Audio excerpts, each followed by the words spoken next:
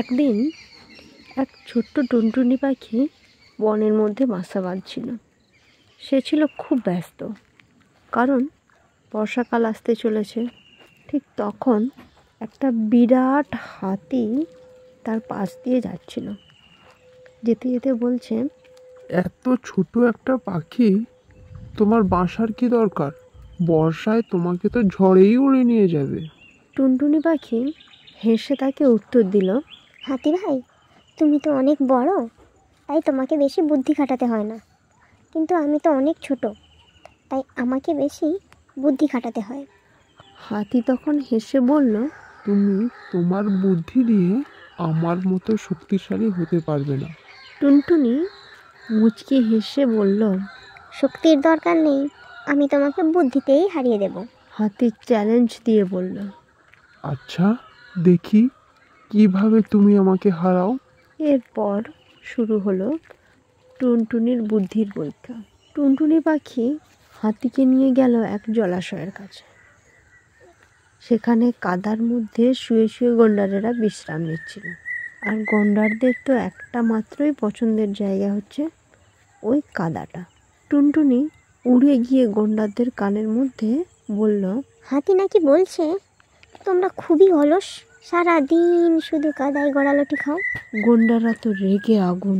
তারপর টুনটুনি উড়ে গিয়ে আবার হাতির কানে কানে বলছে, গুন্ডারেরা নাকি বলছে তুমি খুব অহংকারী, তারা তোমাকে একদম পছন্দ করে না। হাতিও রেগে গেল। এবার হাতি আর গন্ডারের মধ্যে একদম তুমুল যুদ্ধ লাগিয়ে দিল। দুজনের গুঁতোগুঁতিতে ধুলো উড়ে চারপাশ পুরো কাঁপতে লাগলো। টুনটুনি দূর থেকে হাসতে হাসতে বলল, বুদ্ধি দিয়ে শক্তিকেও হারানো যায়।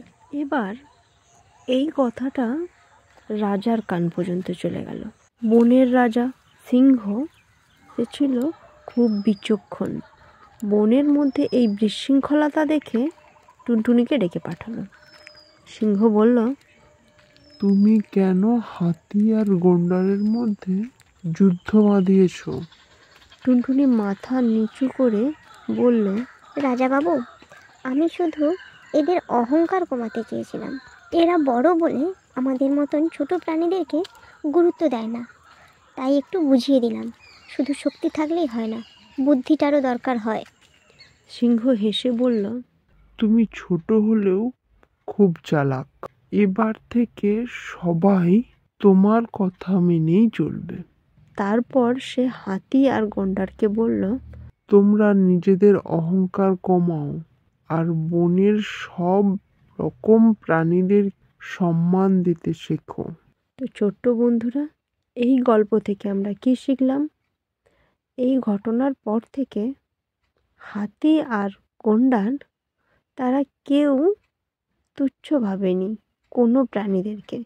তাদের থেকে যারা ছোট তাদেরকেও তারা সম্মান দিতে শিখল। আর টুনটুনি তার ছোট্ট বাসায় সুখে শান্তিতে বসবাস করলো।